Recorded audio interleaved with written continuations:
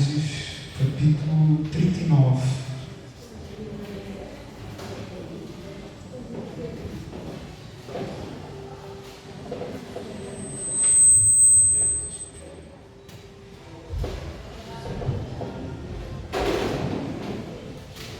Gênesis, capítulo 39,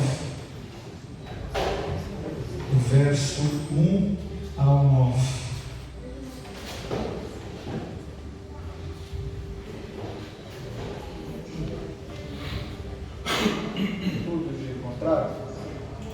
Todos encontraram?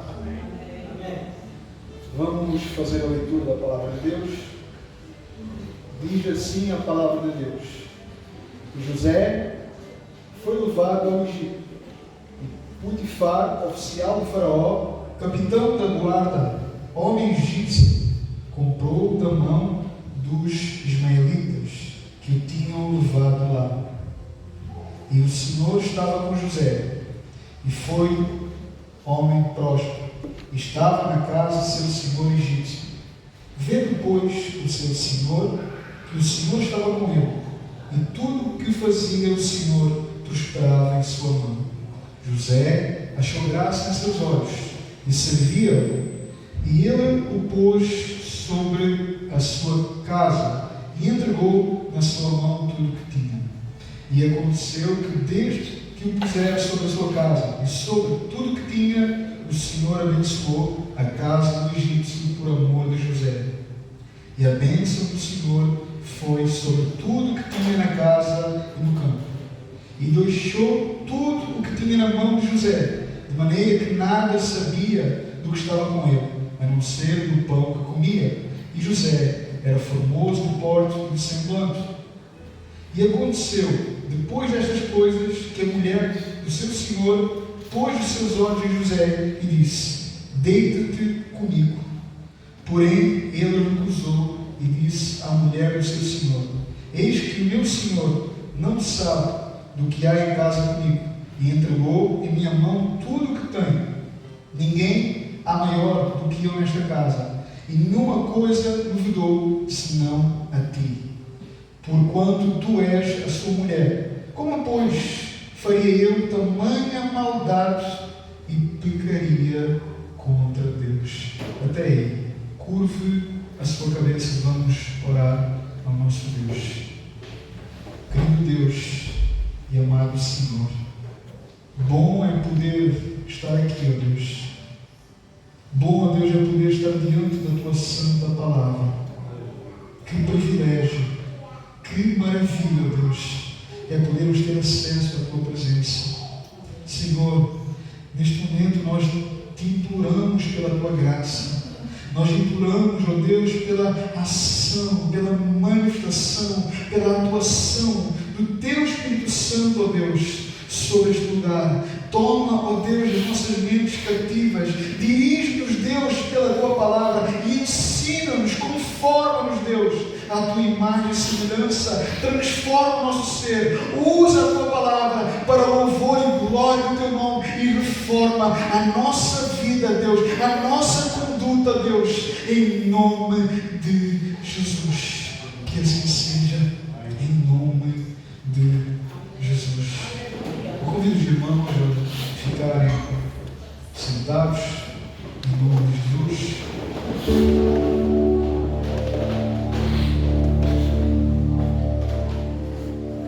Bom, o título desta mensagem é Como Vencer as Tentações. Como vencer as tentações. Então, o meu objetivo principal hoje é, de alguma forma, trazer um ensino a respeito de como nós podemos vencer as tentações do dia a dia. É preciso dizer que, para os cristãos, não há nada que mais os entristeça do que pecar contra o seu Deus. E sem dúvida, a coisa mais repudiante, a coisa mais odiosa, a coisa mais dolorosa é quando nós pecamos contra Deus. É muito simples nós podemos entender isto, porque todas as vezes que nós pecamos, nós estamos ofendendo o nosso Deus, o qual faz tanto por nós. Quando nós pecamos, nós estamos entristecendo o Espírito Santo, aquele que vem morar em nós, aquele que vem habitar em nós. Quando nós pecamos, nós estamos, de certa forma, desprezando o sacrifício de Cristo. Porquê? Porque, afinal de contas, Cristo foi ferido, moído, julgado, sentenciado, condenado, morto, sepultado pelos nossos pecados. Então, definitivamente, o pecado é uma coisa horrível para um crente nascido de novo. No entanto, é preciso dizer que todo pecado, meus irmãos, tem uma causa. E eu aqui quero apontar para a causa de muitas vezes nós cairmos em tentação. Creio que se todos nós entendermos esta mensagem, com toda a certeza, ela vai nos ajudar muito em nossa ligação com o pecado. E vai nos ensinar a não ceder à tentação. Bom, eu quero começar dizendo, meus irmãos, que o nosso problema não é o excesso de tentação. Nós não caímos por causa da tentação em si, mas nós caímos sim por causa da falta de temor a Deus. Entenda bem isto, que as tentações, elas ocorrem a todo o tempo. Nós somos tentados desde o primeiro dia da nossa conversão e seremos tentados até ao final da nossa vida nesta terra. Nós seremos tentados em todos os níveis. Nós seremos tentados de todos os lados, de todas as áreas. E aqui esta não é uma afirmação de um português que muitas vezes é considerado pessimista, mas esta é uma realidade bíblica. Esta é uma realidade bíblica, que todos nós seremos tentados de todos os níveis, de todos os lados, de todas as áreas, desde o primeiro dia da nossa conversão até o final da nossa vida nesta terra. Esta é uma verdade muito clara, uma realidade bíblica, e isso não vai mudar. Mas agora, o motivo de nós cairmos em tentação não é o número das tentações ocorridas. Não está no facto de haver tentações, mas é sim quando nós abandonamos, deixamos o temor a Deus. E isso acontece quando você e eu deixamos de temer a Deus. E isso acontece quando o temor vai embora, quando o temor ele passa agora a ser dissipado. Quando não resta mais o temor de Deus no coração do crente. Então é nesse momento que o pecado ele vai se tornar um amigo, algo comum, algo natural na vida desse crente. E é aqui que eu quero fazer a transição para o nosso texto, porque esta história, meus irmãos, é muito pertinente para os nossos dias, para as nossas vidas. Porque a história de José retrata, por um lado, a maldade do homem. Retrata então a maldade do homem por causa da queda, por causa do pecado, por causa da inveja. E ao mesmo tempo também mostra a soberania de Deus em permitir a ida de José para o Egito. Sendo vendido, se tornando escravo, sendo preso injustamente, para depois, lá na frente,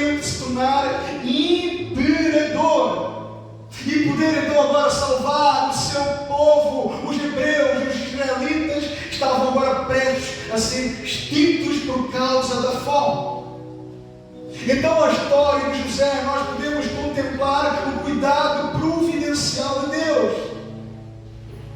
Nós podemos contemplar a fidelidade de Deus a respeito da aliança que Deus fez com Abraão, onde Deus zela e cumpre as suas promessas. Bom, a Bíblia nos diz que José era um dos 12 filhos de Jacó. A Bíblia nos diz, o texto nos diz que José foi vendido pelos seus próprios irmãos. E ele foi vendido pelos próprios irmãos aos ismaelitas. E estes agora venderam-lhe a Potifar, um oficial do faraó, comandante da guarda do Egito. José tinha cerca de 16 a 18 anos. Este jovem estava na flor da pele. Ele estava na flor da idade. José estava com os seus hormônios no auge. A Bíblia nos diz que José era um jovem de boa aparência, com um bom porte físico, com um porte atlético. E é interessante notar que José vai agora trabalhar como escravo, como mordomo, na casa de Faraó, na casa de Potifar. Este homem, ele era casado. Potifar era casado com uma mulher muito bonita, com uma mulher muito atraente. Entretanto, certa vez, Potifar viaja e agora ficam em casa somente José e a esposa de Potifar. A Bíblia nos diz que agora essa mulher passa a assediar o jovem. Ela passa a assediar José. Isto é, ela passa a convidar José agora para se deitar com ela. E, meus irmãos, isto significaria adultério segundo a lei de Deus. Lei essa que José obedecia, lei essa que José guardava, lei essa que José temia. E seria também uma ofensa contra o seu Senhor, contra o seu dono, contra o seu chefe, Potifar, que o acolheu e confiou agora tudo que ele tinha em suas mãos. Então isso seria sem dúvida um escândalo na terra do Egito, na casa de Potifar. Mas nós vamos ver, meus irmãos, como José lidou com esta proposta. Nós vamos ver como José lidou com esta tentação, como José não caiu em pecado. Note comigo, em Gênesis, no capítulo 39, no verso 7, diz o seguinte: assim, depois de algum tempo, a mulher de Potifar pôs os olhos em José e lhe disse: deita-te comigo. Pense comigo. Nós estamos falando de um jovem, de um moço, um jovem talvez 17 a 18 anos, um jovem que estava a quilômetros de distância da sua casa, longe da sua família, longe dos seus pais, longe dos seus irmãos, um jovem solteiro, diante então, ali, diante de uma mulher, sozinho com uma mulher. Lembre-se, José era jovem, os seus hormônios estavam no auge. E a mulher então está trazendo-lhe agora uma proposta para se deitar com ele. Era como se ela estivesse dizendo para José: eu sei, José, que tu tens desejos sexuais. Vem aliviar comigo. Vem, deita-te comigo, aceita a minha proposta. Mas qual foi a resposta de José? Qual foi a resposta de José? A Bíblia diz que José recusou. Meus irmãos, vejam que coisa fabulosa, que coisa fantástica. E aqui eu quero lembrar-vos que nós estamos falando de um jovem, de um adolescente. Nós não estamos falando aqui, o texto não está falando aqui de um pai de família. O texto não está falando aqui de um profeta. O texto não está falando aqui de um rei. O texto não está falando aqui de um apóstolo. O texto está falando aqui de um jovem, de um menino, de um adolescente. Mas a Bíblia diz que ele rejeitou. Mas ele rejeitou sem hesitar. Ele rejeitou a proposta de ser sem hesitar. Ele simplesmente recusou. Ele simplesmente disse: eu não vou ceder. Eu não me vou deitar contigo. Eu não vou cair em tentação. Agora nós vamos ver a causa, o porquê José ter rejeitado esta proposta. Note comigo, no verso 8. Ele, José, porém, recusou e disse à mulher do seu senhor, isto é, à mulher de Potifar: tem-me por mordomo meu senhor, e não sabe do que há em casa, pois tudo o que tem me passou ele às minhas mãos. Notem então aqui a confiança que Potifar colocou ou tinha em José.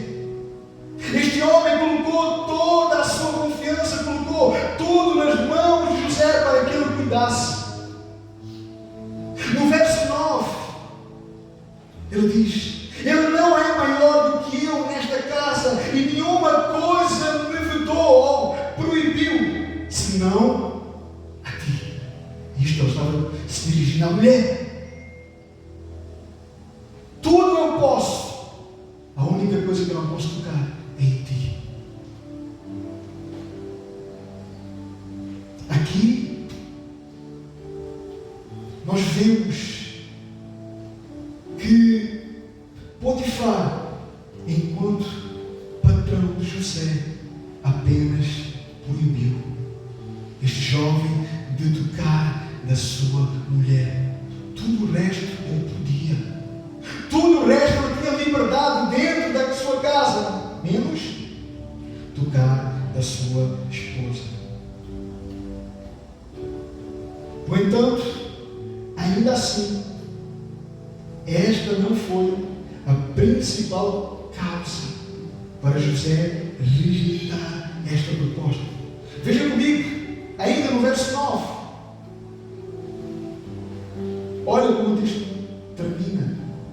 Ele diz: porque és sua mulher, como pois cometeria eu tamanha maldade e pecaria contra Deus? Porque és sua mulher, como pois cometeria eu tamanha maldade e pecaria contra Deus? Meus irmãos, aqui nós temos um segredo. Porque José sabia que aquilo era uma ofensa. José sabia que aquilo era um pecado contra Deus. José sabia que era uma transgressão. O temor de José era tão grande para com Deus que este jovem não tinha coragem para cometer tal coisa. Portanto, o temor de José a Deus foi aqui o fato predominante para que ele não caísse em tentação. Vejam que aqui não foi o excesso de tentações, até porque uma tentação destas não acontece conosco todos os dias. Mas aqui a tentação de José, ela foi ao grau máximo. Por quê? Porque José estava fora da sua pátria, longe da sua família, sozinho com aquela mulher, num país distante, cheio de idolatria, solteiro, sozinho com aquela mulher, com os hormônios à flor da pele. Mas José simplesmente se recusa, porque o temor que ele tinha para com Deus chedia a tentação. Então, notem que o problema não está na tentação ou nas tentações. Não está na quantidade, na qualidade das tentações. Não é isso que nos faz cair. Mas o que nos faz cair, o que nos faz pecar, é a falta de temor. É a falta de temor a Deus. Meus irmãos, o que nós vemos hoje, o que nós vemos em nossos dias, homens e mulheres sem temor a Deus, homens e mulheres sem reverência, sem respeito à santidade de Deus, sem respeito à sua santidade pessoal, e por isso tem seguido a qualquer tentação. Agora, a pergunta é: porquê perdemos o temor? Porquê os homens e as mulheres perdem o temor? Porquê homens e mulheres perderam o temor diante de Deus? É simples. Porque eles se afastam de Deus. Porque eles se afastam das Escrituras. E quando eu afasto de Deus, e quando eu afasto das Escrituras, as quais me ensinam quem Deus é, me ensinam sobre a santidade de Deus, sobre a justiça de Deus, sobre a onipresença de Deus, sobre a onisciência de Deus, sobre a onipotência de Deus, sobre a glória, a grandeza, a majestade, o poder de Deus. Quando eu me afasto, quando eu abandono, eu perco o temor a Deus. Quando eu me afasto de Deus em oração, quando eu me afasto de Deus em oração, eu passo a deixar de estar na presença de Deus. Porque na presença de Deus, na presença santa de Deus, eu sou constrangido, quebrantado, envergonhado. A presença de Deus, ela me humilha, ela mostra a minha miserabilidade. Mas quando eu deixo isso, eu perco completamente essa sensibilidade e esse temor perante Deus. Ou quando eu deixo de congregar, ou quando eu deixo de cultuar ao Senhor na igreja local, junto com os santos, junto com os meus irmãos santos, sendo dirigido no culto público, sendo ensinado pela pregação, sendo ensinado pela orientação das Escrituras, eu passo a perder o temor a Deus. Então aqui notem a escala descendente, onde ao o homem se afastar de Deus, dos caminhos de Deus, da comunhão com Deus, da comunhão com os irmãos, da comunhão com a palavra, da comunhão com a oração, eu passo a ceder à tentação, eu passo a dar lugar ao pecado. Por quê? Pela ausência do temor. E então eu me afasto de Deus. Eu me afasto de Deus quando eu deixo de lado a oração. Eu me afasto de Deus quando eu deixo de lado as Escrituras. Eu me afasto de Deus quando eu deixo de lado a igreja local. Eu perco Deus de vista. Eu perco Deus de vista. Eu perco o conhecimento do ser de Deus. E quando isso acontece, eu passo a não mais temer a Deus. Eu passo a perder a reverência. Eu passo a perder o temor. E isso faz com que eu venha agora a ceder a qualquer tipo de tentação. Portanto, nós temos aqui um segredo para não cair em tentação. Primeiro, voltar a nos debruçarmos no Santo Livro, voltarmos a nos debruçar na Palavra de Deus e nela meditar dia e noite. Nela podemos conhecer e prosseguir a conhecer ao Senhor. Nela encontramos o retrato, a revelação de Deus. Nela nós podemos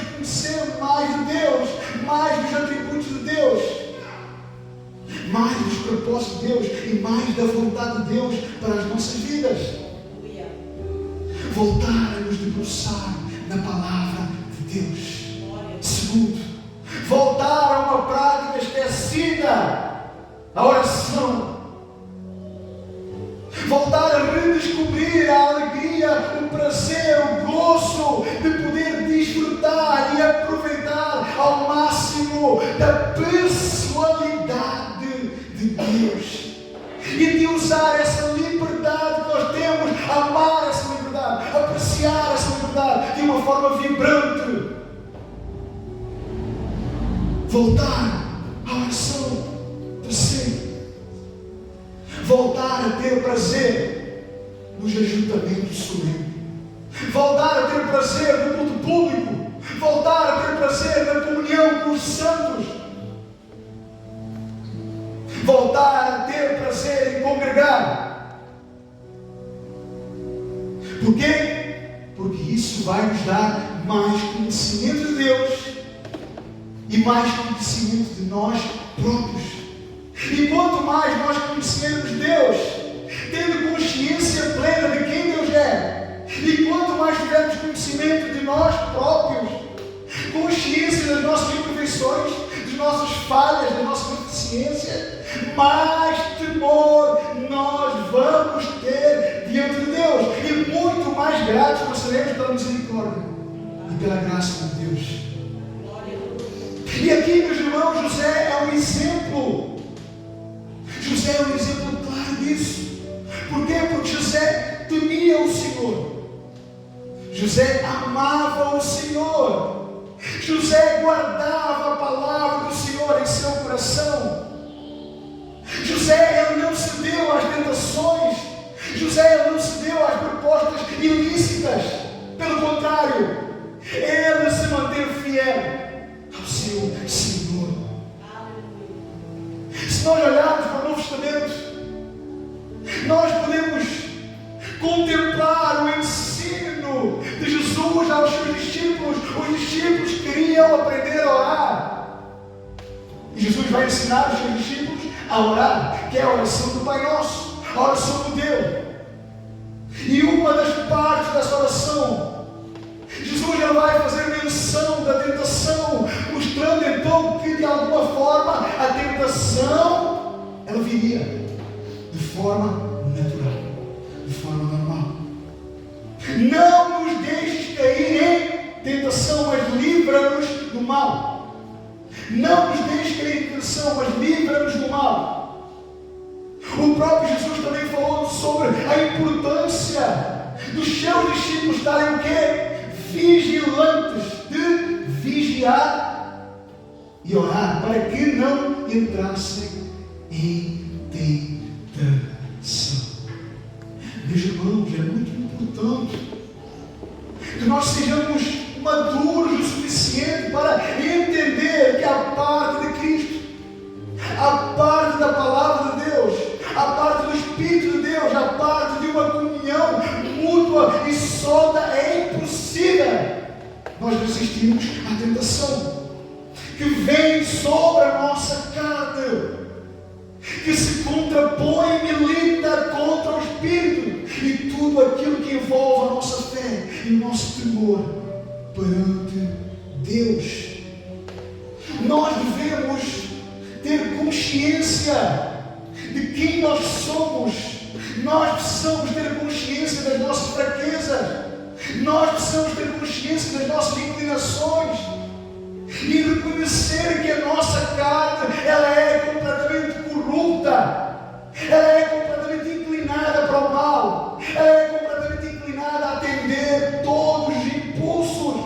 Nós seremos tentados a todo tempo, desejos, tentações se alojam nas nossas mentes o tempo todo.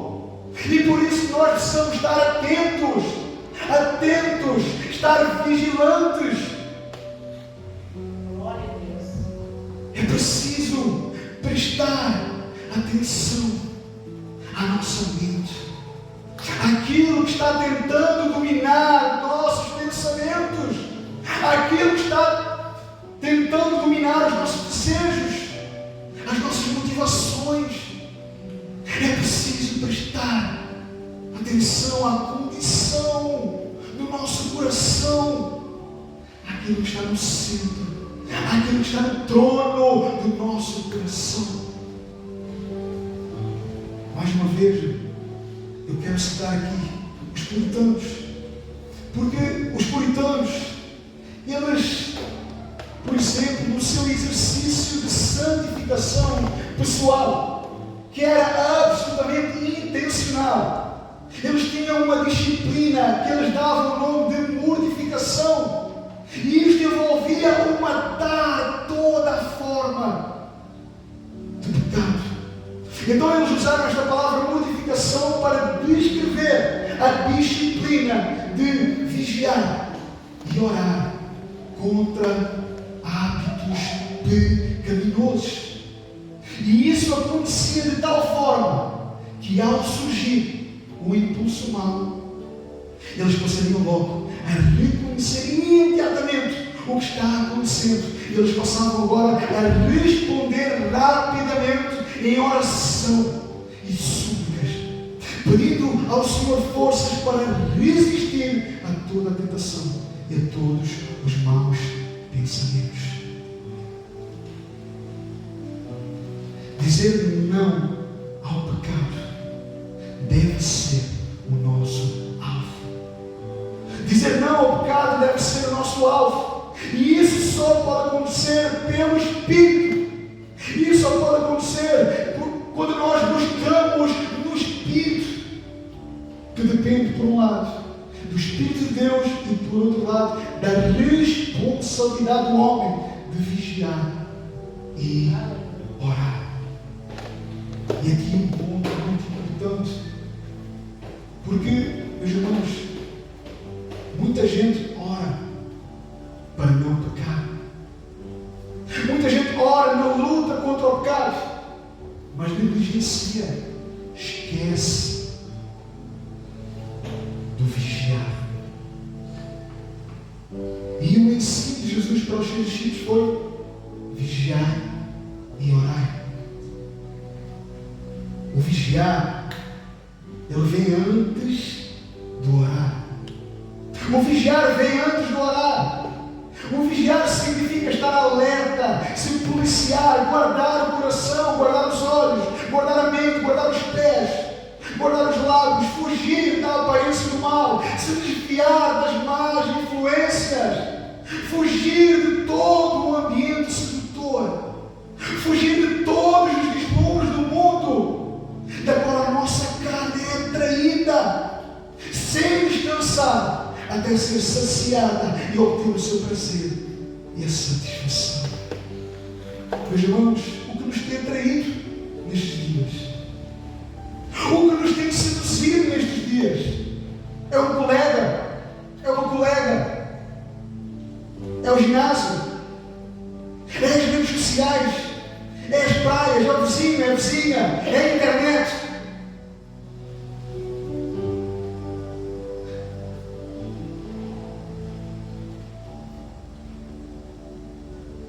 Não está sabendo lidar com isso. Não está conseguindo controlar os impulsos, os desejos. Não está sabendo manusear as redes sociais. Não está conseguindo ir à praia, ao ginásio. E não ter domínio próprio sobre os ambientes. E se esse está lhe causando mal, se está sendo pedra no tropeço, então abandone, deixe, remova, fuja. Porque isso é o que significa vigiar. Orar e não vigiar é o mesmo que sacrificar. Grave isto. Orar e não vigiar é o mesmo que sacrificar. Porque Jesus coloca estes dois elementos centrais, vigiar e orar. E eles estão juntos, estão conectados, estão ligados. Ore à luz das Escrituras. Ora à medida que você vai meditando nas Escrituras. Ore conforme a Bíblia ensina. Ore com conhecimento bíblico. Ore com consciência. Ore intencionalmente. Não esconda as suas fraquezas. Reconheça-as. Confesse-as.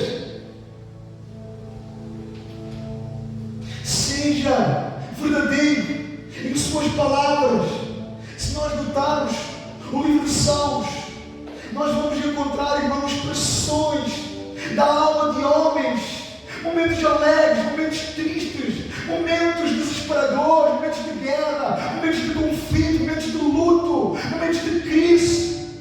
Cada um reflete um contexto, cada um reflete uma história, mas todos eles foram intencionais na presença de Deus, todos eles foram intencionais em suas orações a Deus. Por isso nós precisamos aprender a ser intencionais em oração. Precisamos ser intencionais, objetivos, sinceros e humildes diante de Deus. Vigiemos e oremos intencionalmente. Leia as Escrituras intencionalmente, não como um acidente. Leia as Escrituras, livro por livro, verso por verso. Leia de forma sistemática e progressiva, mas lembre-se, a leitura, ela traz conhecimento, sim, mas o meditar vai desenvolver e aprofundar esse conhecimento. Leia as Escrituras, medite nas Escrituras, compre um diário, faça anotações, expresse o seu sentimento, escreva ali as suas anotações, os seus pensamentos, tire algumas lições e reflexões e faça aplicações, escreva orações, faça confissões, estabeleça objetivos mensais, anuais, trilhe caminhos para poder seguir. E mais uma vez, eu enfatizo, priorize a igreja local, priorize a pregação, busque boas amizades, busque relacionamentos saudáveis que vão sempre lhe conduzir para mais perto de Cristo, com uma só finalidade: a glória de Deus, e fazer-lhe mais parecido com Cristo. Lembre-se de 1 Coríntios 10:13, que é uma passagem que nos consola e revela-nos a graça e o favor de Deus, que na tentação Ele promove o escape. 1 Coríntios 10:13, Paulo diz o seguinte: não veio sobre vós tentação, senão humana, mas fiel é Deus, que não vos deixará tentar acima do que podeis. Antes, com a tentação, dará também um escape, para que possais suportar. Isto aqui destrói completamente aquela ideia que muitos de nós usam para dizer que nós somos fracos demais, para lidar com um tipo de tentações muito fortes, para justificar a nossa cedência para com o pecado e para com as tentações. Pelo contrário, Deus conhece os nossos limites, Deus conhece as nossas fraquezas, e Ele não permite que venha algo sobre nós desumano ou insuportável que nós não possamos vencer. Aprendemos também com este texto que quando pecamos, escute bem, quando pecamos, nós estamos pecando porque aceitamos pecar, ok? Quando pecamos, nós pecamos porque aceitamos pecar, decidimos pecar. Porque os cristãos que são tentados pecam deliberadamente, e isso acontece porque quiseram pecar. Porque, segundo o apóstolo Paulo, junto com a tentação, Deus provê o escape, Deus provê os recursos, Deus provê a força, Deus provê a autoridade, o poder. Portanto, nós não temos desculpas para pecar. Sabemos que a tentação virá. Nós não estamos livres dela. Pelo contrário, não quero romantizar isto. Nós não estamos livres de tentação. Mas sempre que ela vier, lembre-se que Deus dará o escape. Deus dará o recurso para vencer e para resistir à tentação. Meus irmãos, nós temos recursos suficientes para prevalecer, para triunfar, para resistir. Mas o segredo está no quanto nós tememos o Senhor. O segredo está no quanto nós tememos o Senhor e o quanto o buscamos. Sejamos como José. Sejamos homens e mulheres íntegros, leais, fiéis ao seu Senhor, que são responsáveis pelos seus atos, pelas suas escolhas, que decidem diariamente, de forma intencional, amar a Deus, servir ao Senhor em santidade, em justiça, em retidão, renunciando o mal, se desviando do mal, fugindo da tentação, não alimentando a tentação, mas desenvolvendo um espírito de disciplina, que cultiva a saúde espiritual, que permeia a saúde espiritual, que desenvolve a sua saúde espiritual de forma sólida diariamente, que será aplicado em nosso dia a dia, usando os meios, buscando os meios que Deus nos dá, que vão fortalecer o nosso espírito, que vão nutrir a nossa fé, que vão educar os nossos caminhos e que vão fazer de nós mais santos e parecidos com Cristo. Então, aprendamos a desfrutar dos benefícios da obra de Cristo. Lembre-se que o Espírito de Deus que ressuscitou Jesus dos mortos habita em nós, está em nós, trabalha em nós, opera em nós, para nos aperfeiçoar e para nos santificar até ao céu.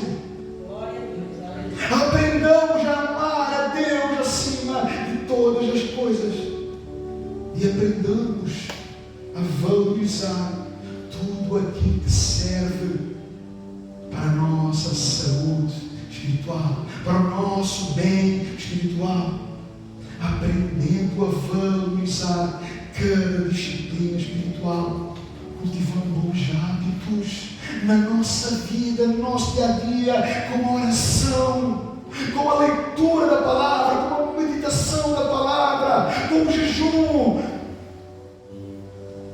com a igreja local, com a pregação, com a comunhão, com as boas amizades, com a piedade pessoal e com a santificação pessoal. Em nome de Jesus, guardemos o nome de Deus, santifiquemos o nome de Deus, zelemos pelo nome de Deus e temamos ao Senhor. Temamos ao Senhor. José não pecou porque ele temia ao Senhor. Nós deixamos de pecar porque nós tememos o Senhor, porque nós amamos o Senhor, porque nós não queremos entristecer o Senhor, porque nós valorizamos a presença do Senhor, porque nós não queremos ofender a santidade do Senhor. Tememos ao Senhor, tememos ao Senhor. Vigiemos e oremos, vigiemos e oremos. Feche os teus olhos, vamos orar. Em nome de Jesus, em nome de Jesus, não se deixe levar pelas tentações, fuja das más companhias, de todo aquele tipo de pessoas que lhe afastam da presença de Deus. Seja sábio nas suas escolhas, seja sábio no seu comportamento, nas suas escolhas, nas suas decisões. Busquemos Deus e vivamos para Deus, temamos ao Senhor.